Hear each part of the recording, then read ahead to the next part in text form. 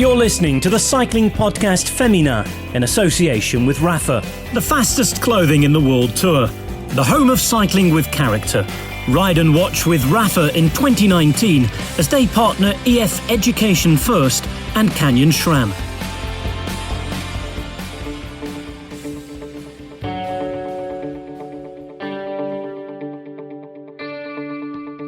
You are listening to the Cycling Podcast Féminin, brought to you by Skoda. Dedicated to closing the gender gap in cycling, one race, one cyclist at a time. This is our time.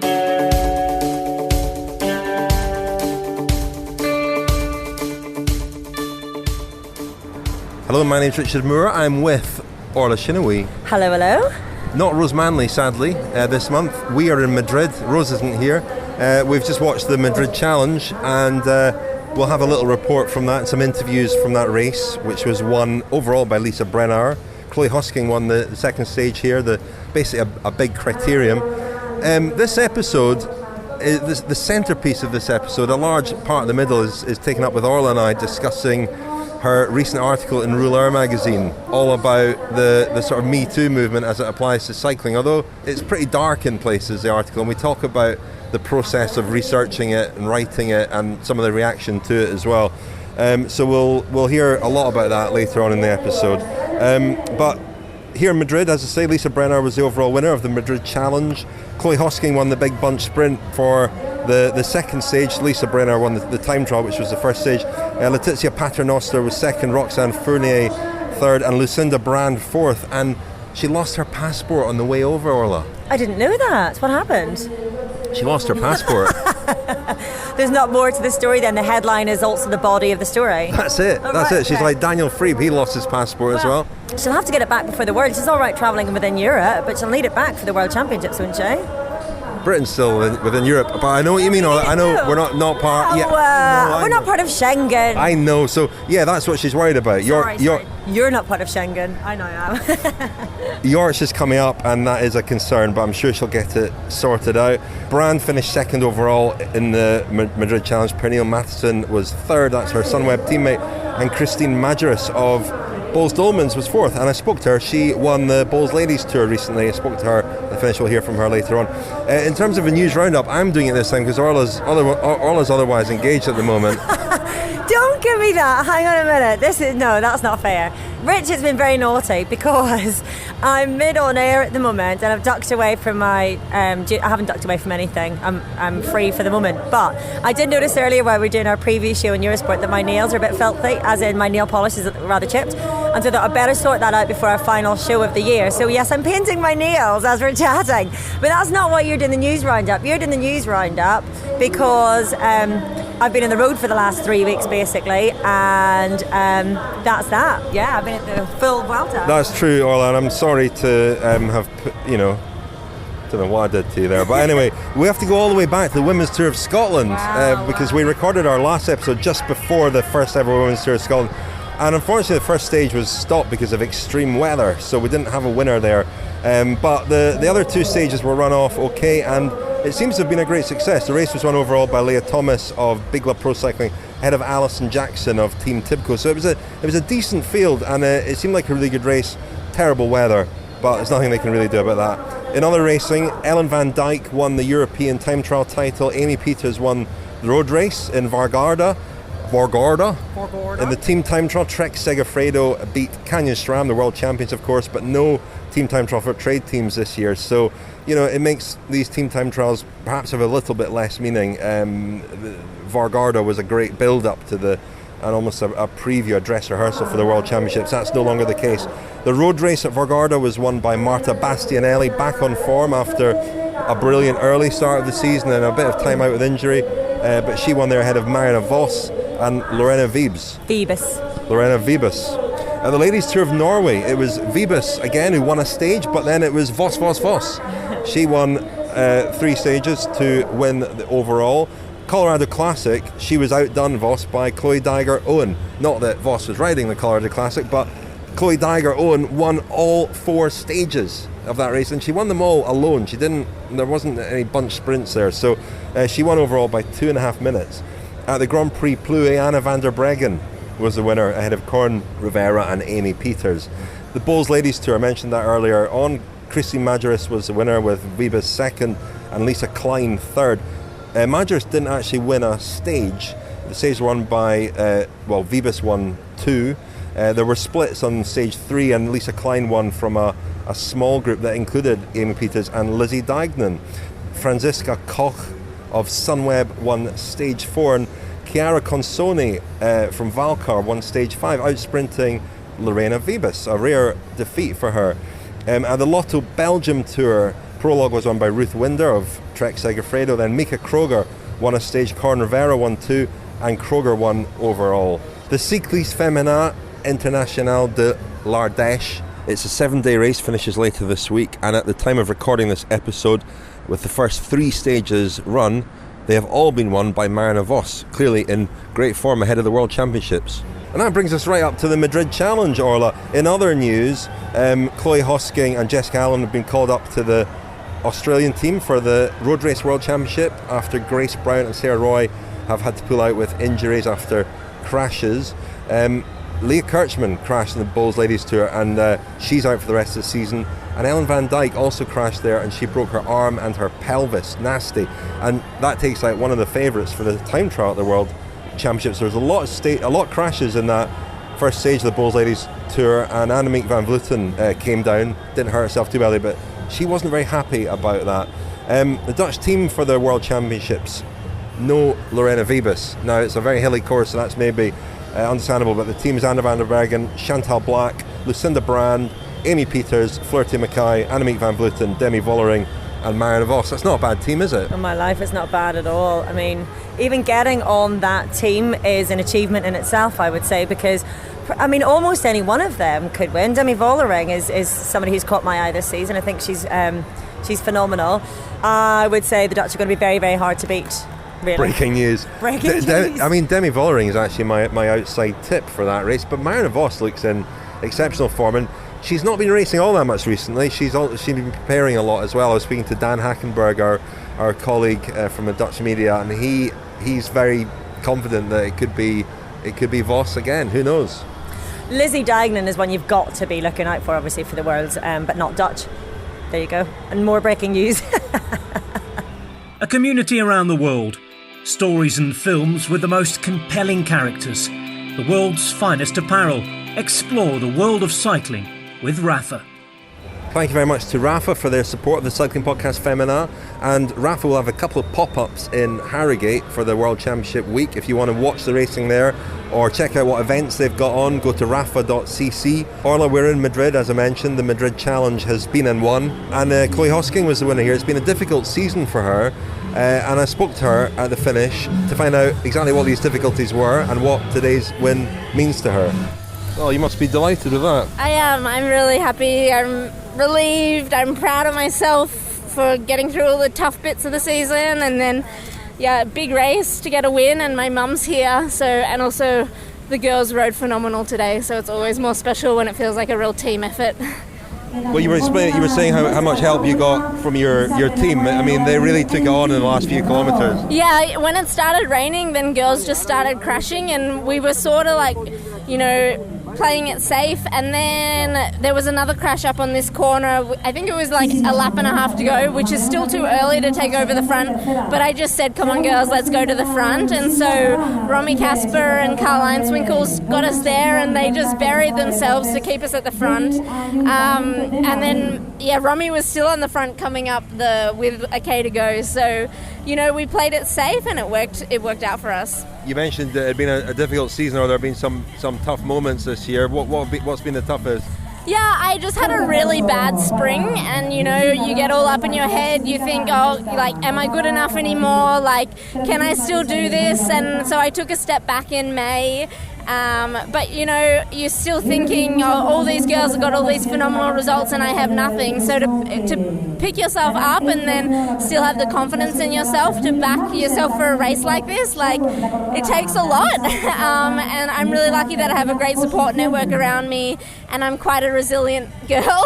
So no, I'm really proud of myself, and I'm really happy that I, took the time to figure out like what I needed to do to get back to where I wanted to be. And I do feel like, particularly in August and now into September, I'm back to where I want to be and where people expect me to be. And you've had a late call up to the World Championships as well. Yeah, it's quite unfortunate. We had two girls in Sarah Roy and Grace Brown out with injury, and they're, two powerhouse riders. So, it's disappointing for the Aussie squad, but for me personally, I didn't have the results in the early season to get selected for Worlds, but I do feel like now, I'm coming into some great form, and I'll be able to play a really good role for the Aussies at Worlds. And I'm not there to be a waste of space, so I'm there to help the team and try and get a great result. Well, it was a great team performance from Ali Cipollini to set up Chloe Hosking, so we thought we'd hear from a couple of her teammates too. First up, Diana Peñuela of Colombia. It was great because we won, so that's really satisfactory. So yeah, the course was a little crazy with the rain the last 5 laps, but yeah, I enjoy so much because we have a good team for this kind of race, so I love it. It's like a big event. Yesterday, yeah, we don't have a lot of spectators, but yeah, I think race in the same time with the men's make that so much people can watch the women's race, so I think it's really good. So much people here, not only for the men's. I hope so they also know that it's 2 Colombian girls racing today, so yeah, it's amazing. I am Marjolein van 't Geloof from Ali Cipollini. It was hectic. In the first, I think, 15 laps or so it was okay, but then the rain came and it just went crazy. And the first crashes, everyone was just scared and trying to stay alive, and we did a really good job of keeping Chloe in front, and the girls were so strong and going with every attack, and we could finish it off. It's very good that they try to get the women riding with the men's races. I think it gives us a good audience, and also for us to do a stage race and maybe make it bigger in other years. It's a big step forward for women's cycling. The overall winner, as I said, Lisa Brennauer. And again, I was surprised to learn this was her first ever World Tour win for somebody who's, well, because the big races that she won, I think she won before the Women's World Tour was started. So she said it was her first World Tour win. So there you go. She would know, wouldn't she? That's really, really amazing, actually. I hadn't realised that. Well, she's had a couple of kind of underwhelming seasons where her progress seemed to stall. And let's hear what she said at the finish, Orla, because she's very happy to have won here, obviously, but looking ahead to the World Championships in Yorkshire with great excitement. Here's Lisa Brennauer at the finish today in Madrid. Congratulations. I mean, you built the win on yesterday's result, I guess, but defended it very well and aggressively today. Yeah, it was a super hectic and challenging race. You always had to be there with your head and also ready to sprint for the intermediate seconds. And so I think it was a really exciting race, and because with all the seconds that were still on the road, yeah, this race got a special character and a really big fight. You must also, though, have, when it got quite dangerous, you must have been thinking about Yorkshire as well, and worried about not taking any risks, because Yorkshire is obviously a huge goal for you. Yeah, Yorkshire or not, I'm really a rider. I don't like to take much risk as I have to take, so try to take it a bit easy, and especially in the corners and the slippery sections, because that's my style of racing, and I'm usually never too risky, and that's also my path I followed today. And in Yorkshire, is the time trial your big focus there? I'm now selected for all the 3 events in Yorkshire, and it's a good question. I mean, to be honest, I haven't been top 10 the last years in a time trial, so I really want to show this year that I'm back in good shape and that I can do a good result in a time trial. So that's a big goal. But I also think we have a really strong but very young squad for the road race.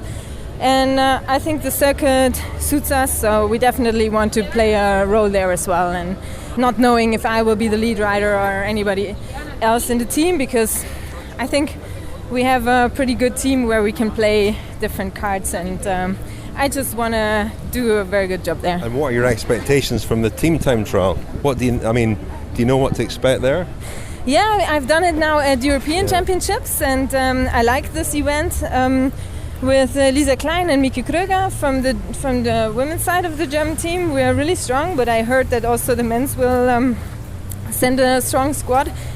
And so I think it's a race that suits us as a German team, and we showed at Europeans that we are up there, and you have to counter with us for a medal, and I think it will be really a goal for us to go for a medal there. That is a strong, all in form, all won recently, you, Lisa Klein and Mieke Kröger as well. Yeah, I think we are a good TTT team if you saw the latest result, also Mieke, she's in great shape. She just won the Lotto Belgium Tour and had a strong time trial as well in Chrono Champenois. So, and Lisa Klein in third place in Holland Ladies Tour. So, yeah, I think we can put our expectations high. Lisa Brennauer there, looking ahead to the World Championships in Yorkshire, as we all are. And she talked quite enthusiastically about the team time trial as well, the mixed relay.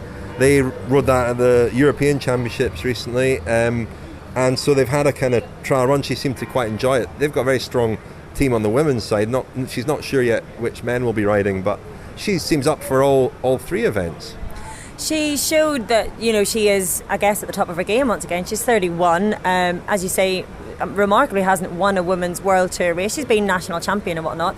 So somebody on Twitter once picked up on me saying whatnot, which I never realised until Twitter. So now I'm really conscious of saying it, and I've just said it. Anyway, taking the individual time trial win yesterday was really impressive. It's a much shorter course though, isn't it? It was like 9 kilometres or something compared to the longer Yorkshire course, but that would give her momentum at least anyway, and certainly that being her first Women's World Tour win will give her a huge boost psychologically, you would think, going into the Worlds. Strange race this, isn't it? I mean, it was a team time trial and then a circuit race last year, a time trial, individual time trial and circuit race this year. 2.5 hours around this circuit. It's a long way for a circuit race. It got pretty treacherous with the rain, and there were quite a few crashes. I don't know, it's not really established itself, this race. A lot of teams missing here. Canyon SRAM aren't here, CCC aren't here, a lot of the big names aren't here. So I'm not sure about it. I spoke to Claude's son at the finish. He's the big boss at WNT, who sponsor this race and also the women's team that Lisa Brennauer rides for.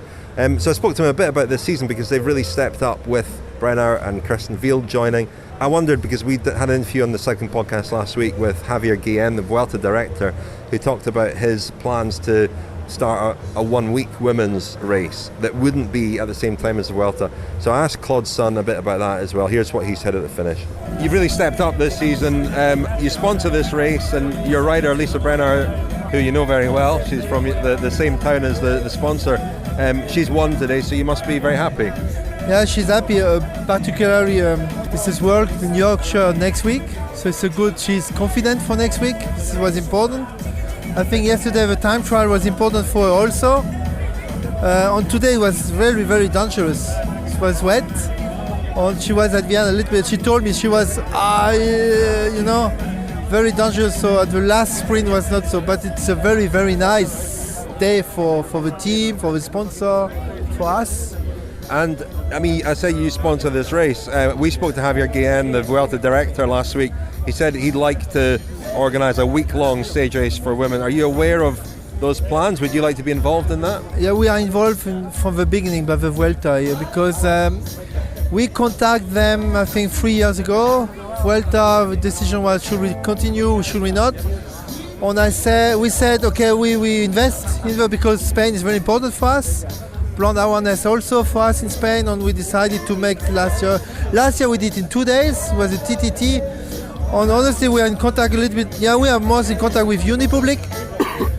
And then we discuss always a little bit together. They ask us what we think, to improve a little bit. And then it would be nice to have perhaps 3 days, And you've, I say, stepped up this year with the likes of Lisa and Kirsten Wild and others. Next year, will you be a World Tour team? Have you applied to be a World Tour team?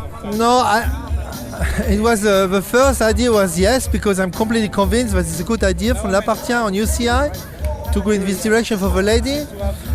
Later on, we said we perhaps have to think a little bit more, because we've got a lot of young riders, and we would like to have a mix between experienced trail riders like Lisa, Kirsten. We've got very young riders like Laura Asensio, Lynn Tottenberg. On the new World Tour, I would say regulation for me is not complete fixed with young riders, you know. And then we've got some riders for the track.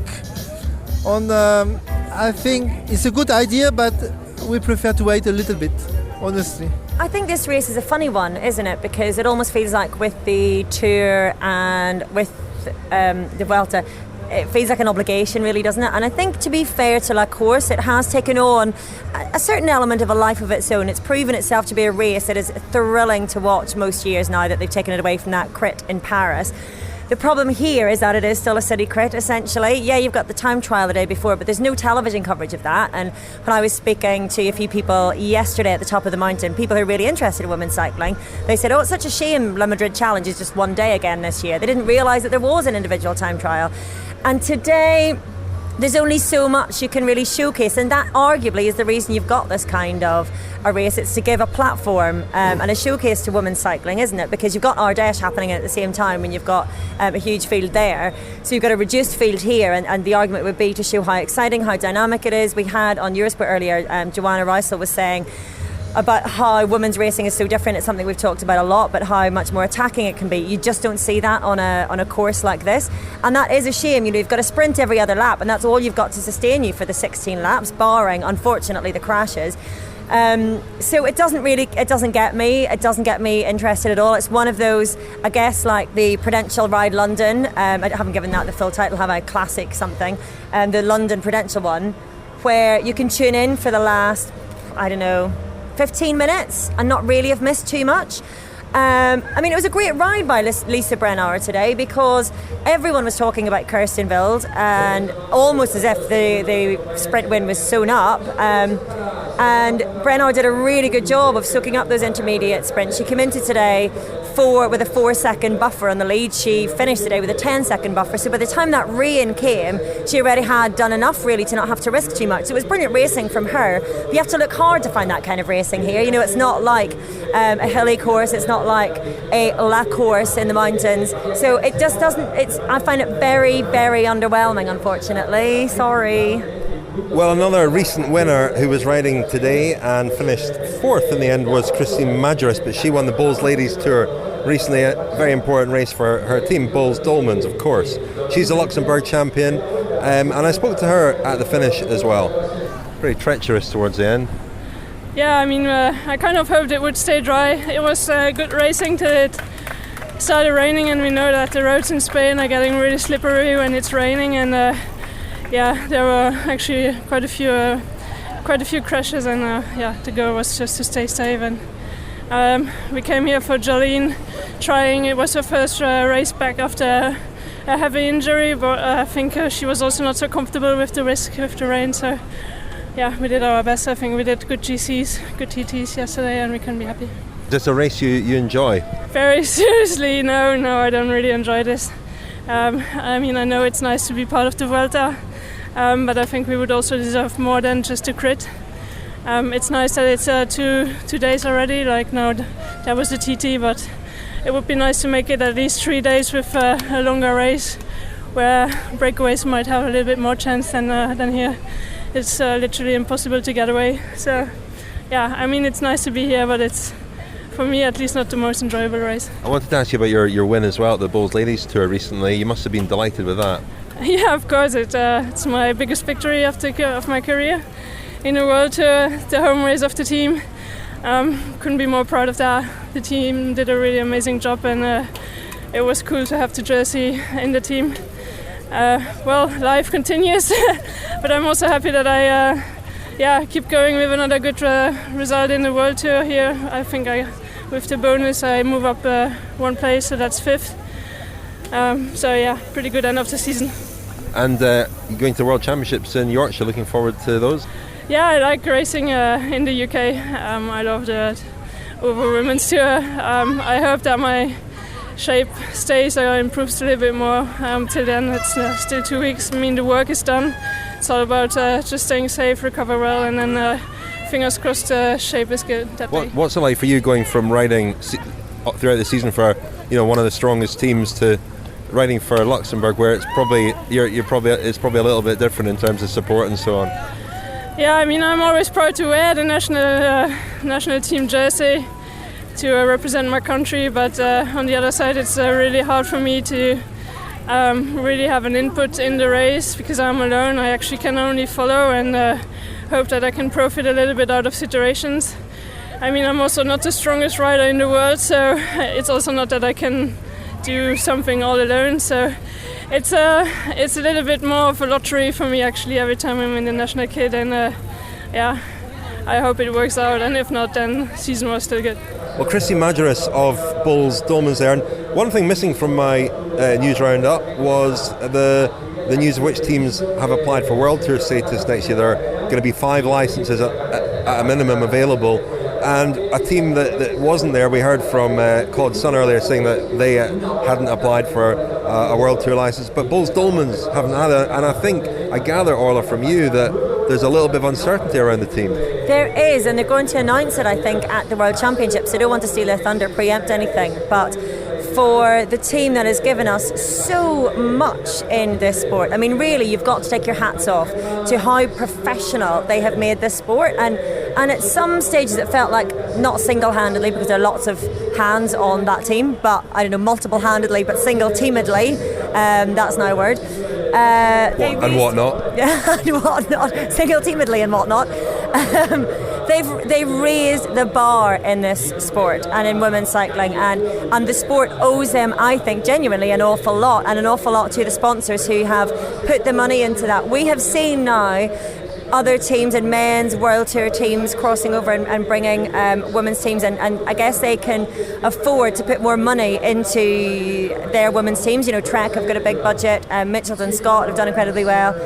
So I don't know how much the landscape has changed financially, but there is some uncertainty over them for next year, and we wait to hear what their announcement is going to be at the World Championships. I'm also hoping to catch up with Danny Stam whenever he gets back from the Worlds, and I've got some work away when we get back together again in October. He lives not far from Amsterdam, so I'm hoping to catch up with him and reflect on what's been an incredible life of the team so far, and hopefully more going forward, and to get under the skin a little bit of what the situation is for next year.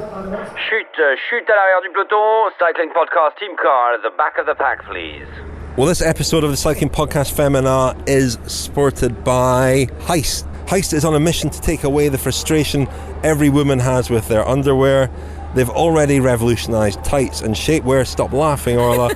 And there's more coming in 2020. Orla, I mean, you're a big fan. I am a big fan, and sorry, I'm only laughing because you look a little bit uncomfortable and you're trying really hard not to.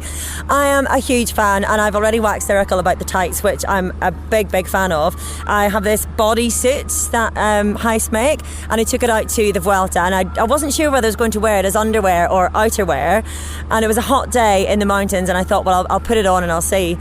Stripped off, and the other girls on my crew were in love with it. They just the look of it, and they were in love with the look of it. They didn't feel it, obviously, but it's wonderful. So it's a bodysuit that you can wear as underwear or as outerwear.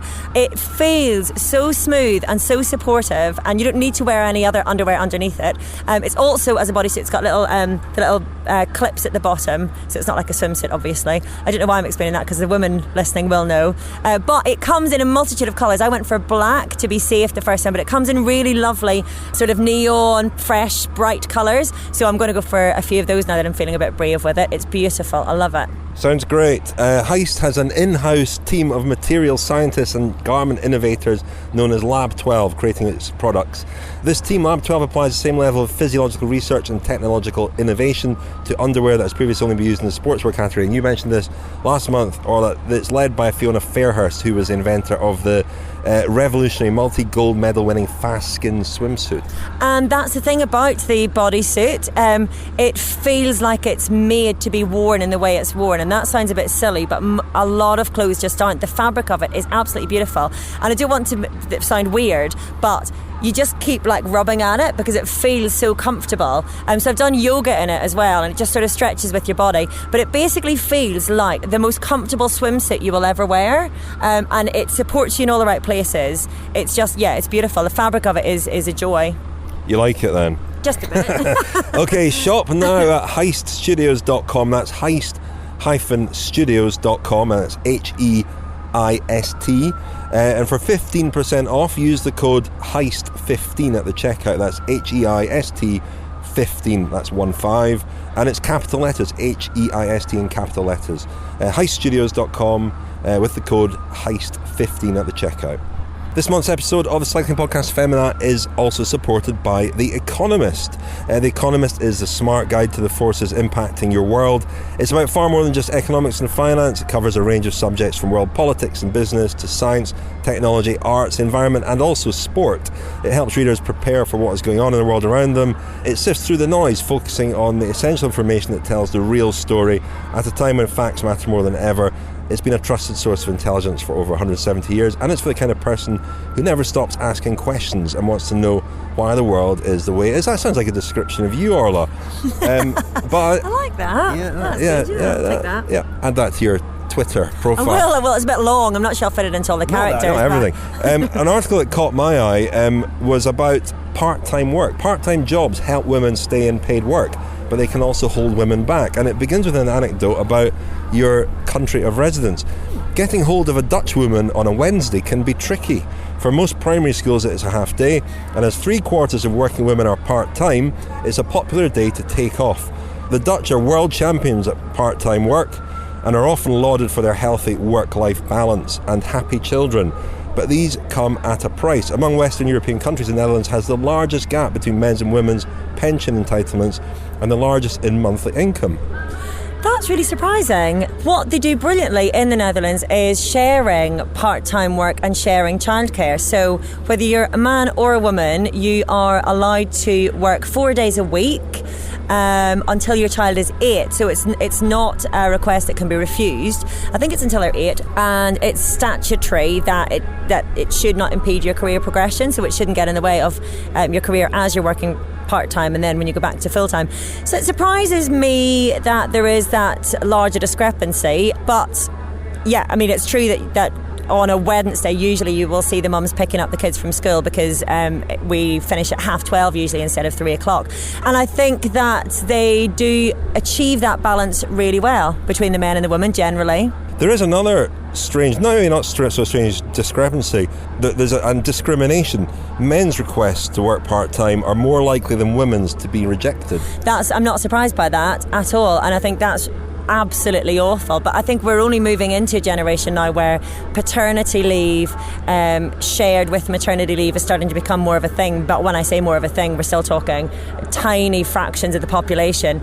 But that's where the Netherlands is really good, because you're not allowed to refuse it if you want to work 4 days a week as a man. And so if you need extra help doing childcare, there's generally only 3 days a week where you need someone from the outside to be looking after your kids. So that means that 4 days a week they're with their parents, which is really good. Well, it's a very, very interesting article about all the advantages and disadvantages of working part-time. And as two people who work part-time, I can relate to a lot of it. If by part-time you mean about 5 full-time jobs, including parenting, then yeah, I guess we fall into that category. Yes. Okay, well, there's that and a lot more of interest in The Economist. I read it regularly. I've also been listening at the Vuelta to their podcast, The Intelligence, which is a daily kind of little dose of news from all over the world. It's really good, well worth listening to. It's a smart guide to the forces changing your world, and if you've never stopped asking questions, you can get your free copy now. Just text the word bikes to 78070 to get a free print copy of The Economist. Text the word bikes, B-I-K-E-S. Why am I spelling bikes? Could be Bix like the pen, but it's bikes to 78070.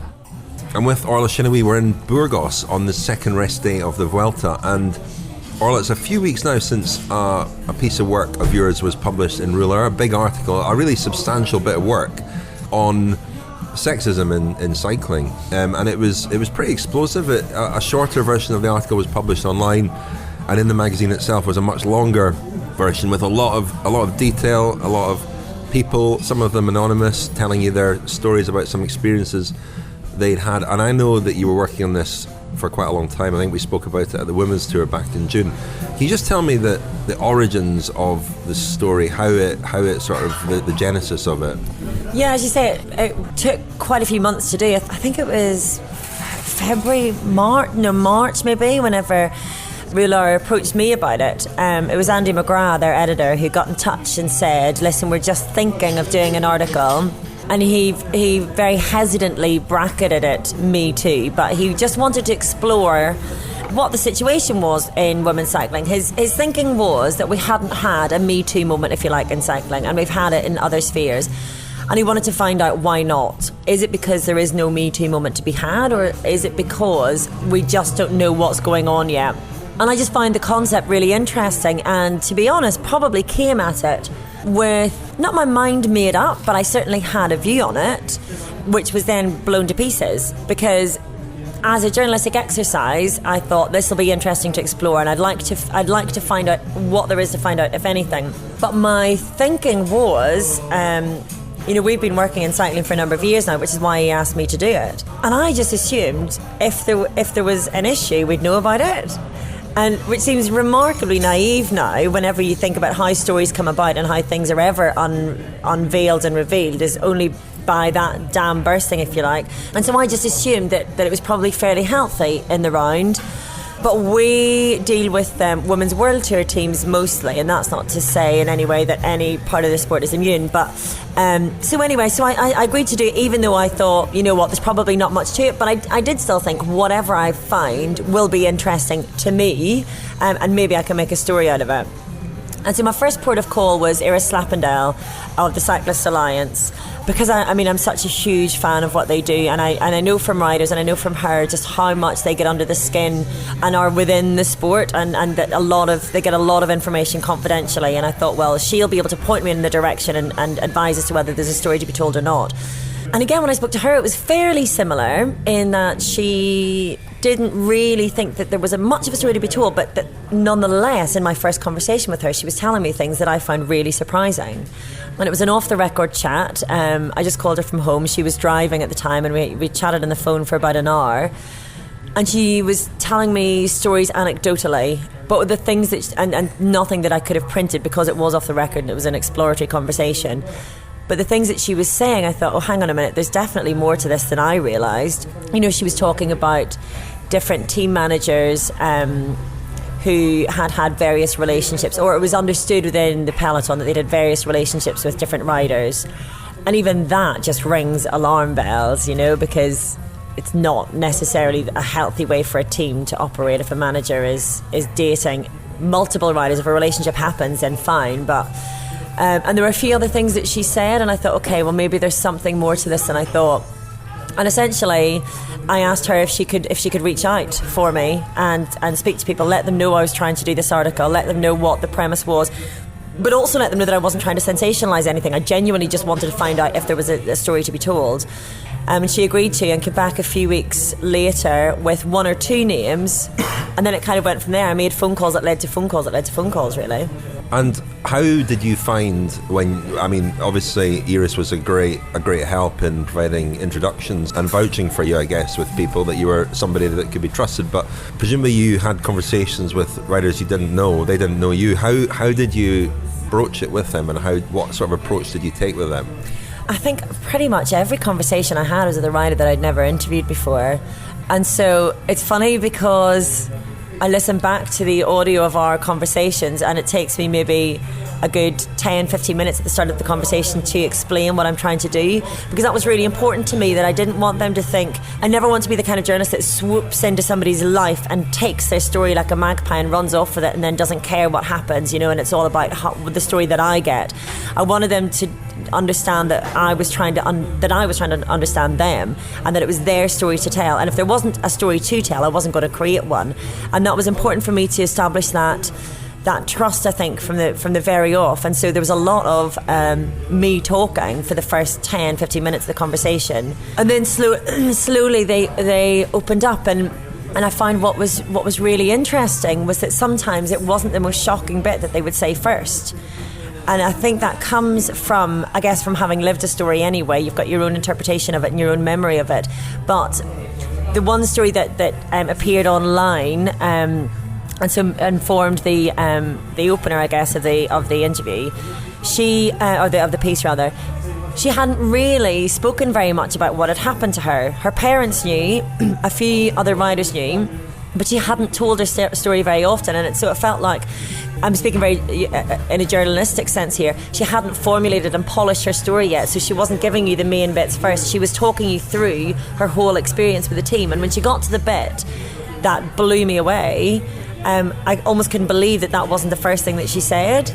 That was indicative to me of the fact that she hadn't told very many people, even still, and it's a few years later, and that she was still uncomfortable with that story and owning that story and her place in it, because, as she said later, and for anyone who hasn't read the article, this is a rider who was physically sexually assaulted by a soigneur who, when she was still a teenager and she was on a team of teenagers, they were riding a race and it was one of her first professional massages, and he would consistently run his thumb along her vagina while they were getting massaged, and these were teenage girls.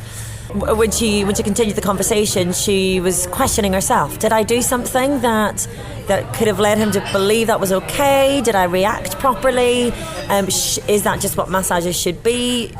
And constantly questioning her own role in that scenario. And that was something that was common across all the women that I spoke to, that they're always thinking, well, what have I done? But that's quite societal, and that made me really sad. And actually, when I spoke to this one rider in particular, I remember because she was in North America at the time, and so I live in Amsterdam, so I had to time the interviews to when she was going to be awake. So I was sitting up past midnight to talk to her. And I only say that because I remember quite clearly I was interviewing her in our spare bedroom so as to not waken the kids. And when she told me this, I just wanted to cry. I had my 4-year-old daughter sleeping in the next room, my 3-month-old son, and I just thought, really, really, really, is this the world that we're still bringing our kids into? And it made me, I almost want to cry thinking about it. It made me so sad and so angry, so bloody angry that this is still a society in which she's questioning her role in it. No. She was one of the first people I spoke to, and once she told me that story, and you can't help but relate it to your own life and relate it, like I say, relating it to my daughter, and I thought, I want my daughter to be free to do whatever the hell she wants when she's old. I don't want to restrict her from a life in cycling if that's what she wants. She probably won't, but we can't just let that continue then. And so once I heard her story, I just thought, well, if that's the only story that I hear, that in itself is a valid story, but I'll keep going and see what else I find out. And so I was convinced very, very early on that bloody hell, there's something to it. I mean, you can't really say too much about this, obviously, in terms of naming names and so on, but that soigneur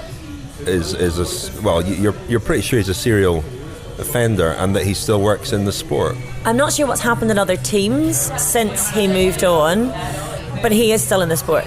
He eventually was sacked from that team, as I understand it.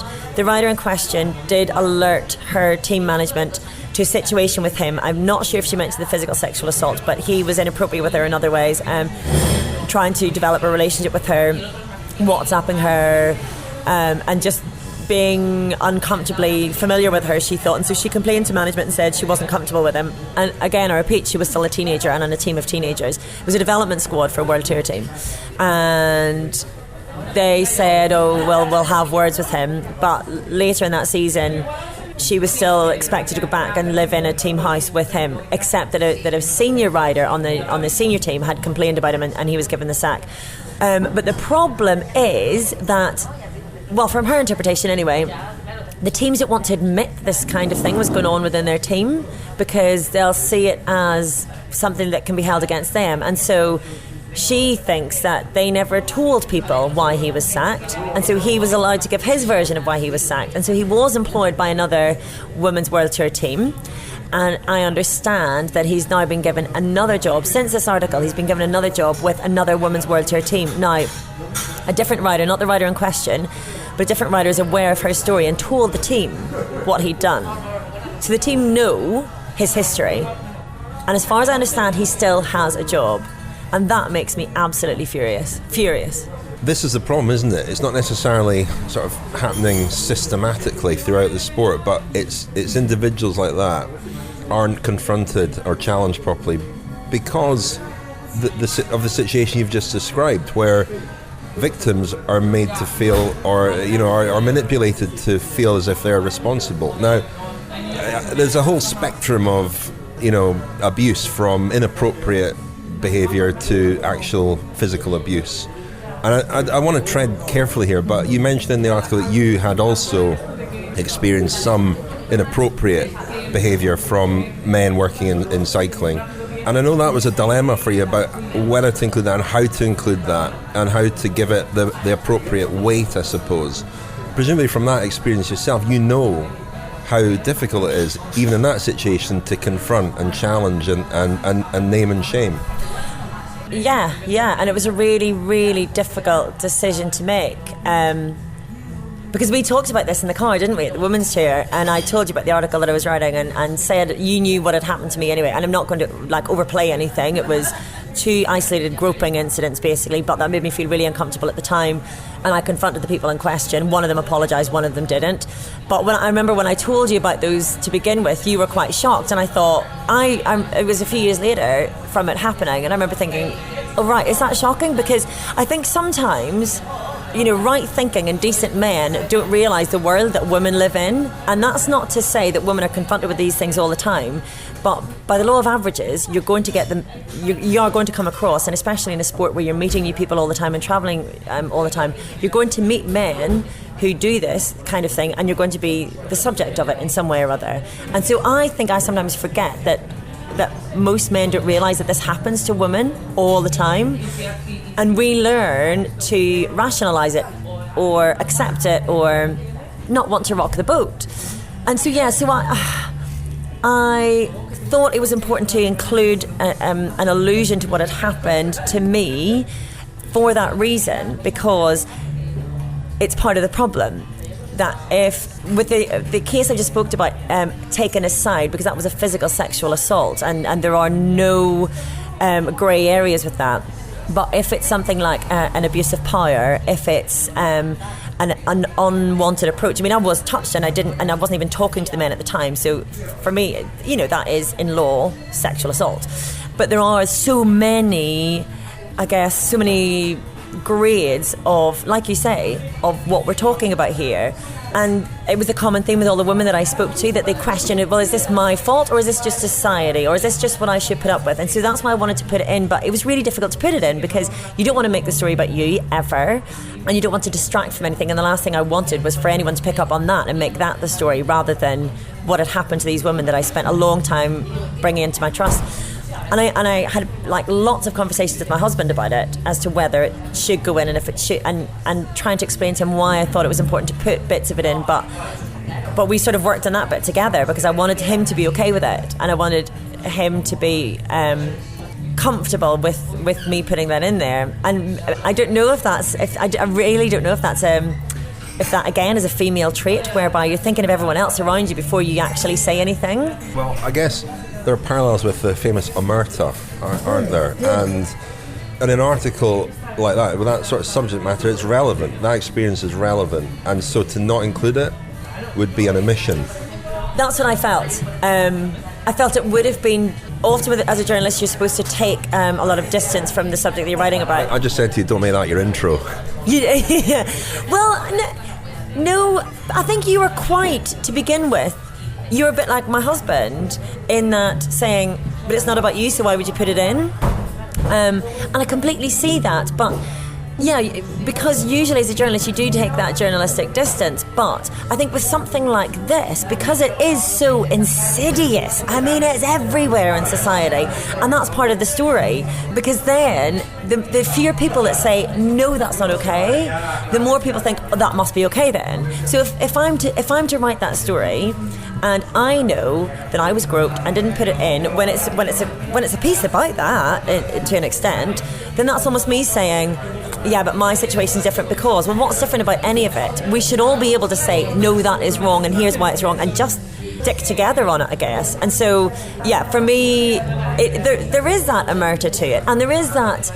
If every single person is told, but you can't say that because your situation is different, and you shouldn't really do that because he might feel a bit bad, and you shouldn't speak up because such and such, then nobody ever speaks up. And then it becomes an issue that we don't talk about and is continually perpetuated. And I'm okay, and I'm making inverted commas here, because I'm generally quite a strong, confident person. But this happened when I was starting out in cycling. I had no idea what the world of cycling was like.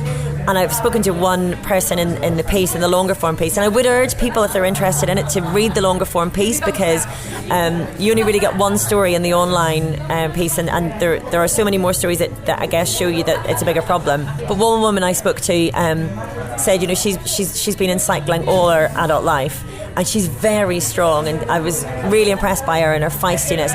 But when she had an incident happen to her, she was at a very vulnerable time in her life, and that can happen to all of us. And you come out of that and you think, oh, it's just because I was vulnerable. No, somebody spotted that vulnerability and decided to prey on it. And I think you do have to think of it in terms of how we make our society a better society to live in for the girls that are coming next, and for the boys that don't grow up thinking that this is okay. They're taught it's okay by the men older than them doing it and getting away with it, and you think, well, that's just society then. Well, it doesn't have to be. It doesn't have to be.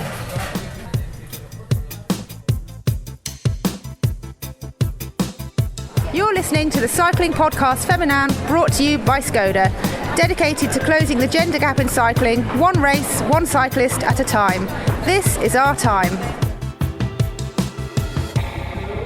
Thank you very much indeed to Skoda for their very generous support of the Cycling Podcast Féminin. They backed us last year from the women's tour onwards, and again this year, and we're really grateful to them, not only for supporting us, but for putting so much into women's sport and women's cycling as well, especially women's cycling. And one of their initiatives is the Skoda Cycling Academy. We had a little piece about that in a previous episode of Cycling Podcast Féminin. And I went and spent a day with them, or an afternoon with them, at the Telegraph offices recently. They were being put through their paces, being given media training, and I was somehow part of that, Orla. Can you believe that? Well, I think one of them tweeted thanking you, didn't they? They said it was a very interesting and informative afternoon. I guess they have nothing to base that on. Maybe their only benchmark. Well, one of them tweeted saying thanks to Roger Moore from the Cycling Podcast. Or maybe that's the tweet I saw. Sorry, I didn't even notice the mistake in that one. I'm not going to name and shame, but the girl in question is actually a listener to the podcast. I know she was embarrassed by that, so I'm not going to name her. But thank you. So well done in not flagging that up on the podcast. Don't worry about that. It's gone now. It's been corrected. But no, it was really interesting to meet them, and they've all got very different backgrounds and experiences, and it was great to see the sort of journey that they're on, helped by Skoda. So here's a little flavour of that day and of who they are.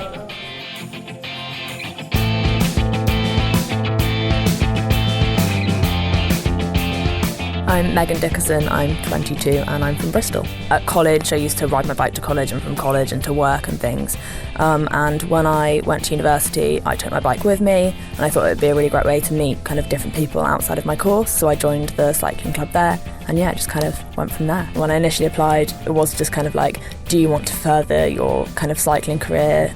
So I think it was kind of, I wasn't really sure, and then we went to the testing day, found out a bit more information about what was involved.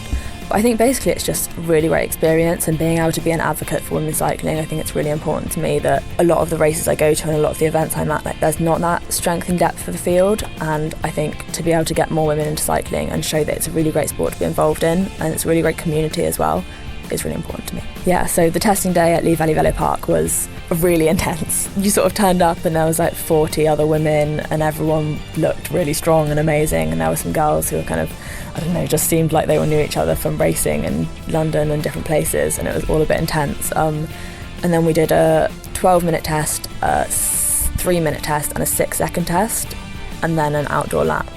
The testing indoors was just really hard. I didn't really do much indoor riding or kind of what bike stuff, so just doing that and just the pain and having everyone surrounding you and just being sweating, and it was really, really intense, but really good fun. And I think really good opportunity to be able to like push ourselves and try and improve kind of what we had. And then we did a lap outdoors in the pouring rain and freezing cold. It was really hard and really windy. There was like a massive headwind, but that was really good fun.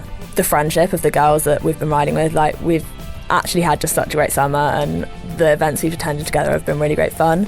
And then also like the coaching and advice from Sarah, and just kind of different kind of insight that she's given us into the world of cycling and the world of cycling in the UK and women's cycling has been really good. My name's Meredith, I'm 21 and I'm from down in Brighton. I started commuting to work, so I sort of had a desk job and it was nice to get outside. And that commute sort of grew. I took the 10-mile route at first, and then I decided to take the 12-mile route with the big hill, and then I decided to take the 15 route with the even bigger hill, and then recently I've started taking the 18-mile route. There was sort of a cycle scheme going on when I started commuting called Cycle September, and they have a little leaderboard of people that are doing the most miles. It was just in Brighton, and I just took it on myself that I was going to do 500 miles that month. And I'd only been cycling a couple of months, but I was like very determined to get that number. So I was doing it every day and sort of adding extra miles and stuff. And I did that. I reached my 500 miles, and I kind of said, if I carry on cycling through winter sort of every day, much to my mum's disappointment, through snow and like the dark evenings, I could get a road bike in the spring. And yeah, so I did that, and I got my road bike around May of this year. I mean, when I got my road bike this year, I was sort of looking at entering a few sportives and things, and I was thinking, maybe I'll do the 46-mile ones. 100 miles is way too much, you'll never do that. So yeah, it's sort of escalated a lot faster than I ever planned. My name's Jasmine, Jazz Jones. I'm from Cardiff and I'm 23. I got into cycling at uni, the classic, where I was at Freshers' Fair and I had a bike, and one of the cycling guys asked if I wanted to join. So I joined and literally haven't looked back since. It's been, my uni journey with cycling was amazing. I met so many good people. So we got a phone call actually to tell us initially that we got through, which was super exciting. So obviously I just went for a bike ride because I was too excited, and then got home and social media had just blown up. So Sarah had done me a little video telling me I'd got through, and it all then kind of escalated very quickly, and suddenly we were being whisked off to here, there and everywhere for cycling. So it was all a bit of a blur really, which was really cool. But we've had lots of good opportunity to talk to Sarah, get a lot of information off her, which has been really cool. So I think with women in cycling, it's quite difficult because there isn't a clear path. There isn't next step, I'll get onto a domestic team, then after that I'll apply for this, that and the other, because there aren't the teams to apply for. So I'm racing national series as an independent rider. I ride for my local club, which is full of mammals, and they're great, but I don't get the support I need, or I would get if I was at their next level. And the training I'm doing is equivalent to my boyfriend, who's on like a semi-pro contract, and yet I'm not. I'm just riding at a club level, and I pay for my own entries and I pay for all my coaching and everything. So the next step would be to get on to a good team for the next season. So at least if I'm in a race and I'm at a national series race and it's hot, someone can give me a bottle. It's just small things like that which can actually make such a big difference to your performance on the day. I'm Rebecca Richards. I am 21 and I am from Newark, Nottinghamshire. I started out at school with British Cycling. They came along and did some what they called go ride sessions, specifically for the ladies in my year. Yeah, that's basically how I got going with it all. I started winning quite a few of those races, and yeah, just the competitive side came out in me. It was super exciting when they said that I'd been accepted. It does give you a good idea of what the professionals get to live like. Yeah, I just wanted to try and get my name out there, really. I think it's super hard as a lady from somewhere that doesn't have many local races to really shout about your name and try and promote yourself. So that's mainly what I wanted out of it. Morgan Newberry, 20, Leicester. I've probably been properly cycling, getting into it of regular rides for like the last 5 years. I'd have to give a lot of credit to my old man. He's always ridden his bike, but I use it a lot for commuting. But then over the last 5 years, kind of got inspired by a few bits at school. But actually, I think the tip of it to get me going was the London 2012 Olympics and Paralympics, with Sarah Story doing amazingly well and all of the GB team. And from there I was kind of like, I want to move this on, I want to get going with this too. I've done the National Championships road race, and then I've just done a few crit races and a few time trials, which I've really been enjoying, but nothing major yet. I've got a really exciting opportunity in September to race the UCI Para International, so that's going to be my biggest event so far, and it's really exciting. So the Étape was mega. It was the hardest ride, and not just physically, but it was a mental challenge. It's more than just a standard ride out in the UK. You know, I ride the Peak District quite a lot, but riding the Étape was, the first 10 kilometres had me. I've never rode so many lengthy climbs, and the finish on Val Thorens just was incredible. We had big heat, we had 35 degrees going on, and obviously just going up forever, and people, it was a really great day to see a lot of people out there. Obviously there was thousands of us and not many females were there, and because of how hard it really was, people were just going back down the mountain, and it was like, no, we're going to finish this, and all 5 of the Skoda riders all finished it, so it was really great to finish that. The Cycling Podcast Féminin is supported by Science in Sport.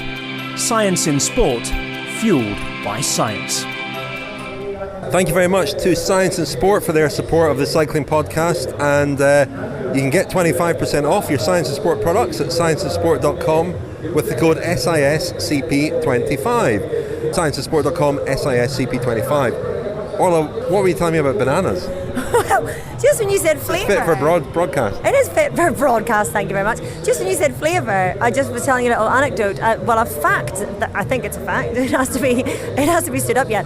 I learned last night that apparently, you know how banana flavoured things don't taste of bananas, and that's always bothered me. Like little banana chews look like a banana in shape and colour, but they don't taste anything like it. Well, apparently, banana flavour is based on a banana that went out of cultivation in about 1952. So they taste of an old what do you call them? I don't know, an old something of banana breed, an old breed of banana that was in the 50s. And so that's reassured me somewhat, because now I think, well, if I can eat banana flavoured things and sort of imagine myself smoking a cigar and fretting over the Cuban Missile Crisis, that maybe it'll be a little bit more romantic now. So I quite like that. I haven't stood that up, but Matt Stevens, his wife Holly, told me that, and she's intelligent, so I'm going to go with that.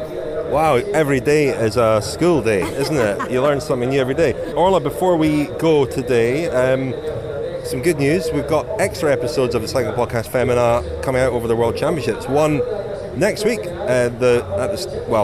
during World Championship week, and then one the week after following the World Championship. So that's additional content coming your way. They'll be a bit different, these episodes, I think. One thing I'm going to do is catch up with William Fotheringham, who's just written a book about Beryl Burton. We're going to have a chat about that, and give you a flavour of the World Championships as well. But you're not going to be there, unfortunately, Orla, and I'm not sure if Rose is going to be there either at this stage, so they could be a little bit different. I'll get one of you on the phone at some point. Yeah, I'm absolutely gutted to be missing out. It's a prior work commitment. It's going to be an amazing event. If you get any chance to go to the World Road Race Championships, please do it. It's just going to be, we loved Innsbruck last year, and I think even the Yorkshire presentation at Innsbruck blew everybody away. They swore, as they always do, it's going to be the biggest, the best, the loudest World Championships ever. So yeah, I do want to catch up on the phone and maybe quiz you about what it's been like. I want you to give me a flavour of the atmosphere banana, please, and just let me know what it's all going to be like. I think it's going to be awesome. It was a really nice holiday, wasn't it, in Innsbruck last year? It was. Yeah, enjoy your hollybobs. Well, if you are going to be in Harrogate, Cycling Podcast are doing a live show on the Friday evening at the Royal Hall. Team of us will be there, and a special guest, Matt White from Mitchelton Scott. Go to thecyclingpodcast.com. If you click on live events, you'll see our various events there, including our November tour, where you, Orla, will be joining us for some of those events. Still to be confirmed. To be confirmed, but I better go because my mum's already bought tickets for the one in Belfast, so I think I better be there. You better. That's all for now, though. Thank you very much, Orla. Muchas gracias.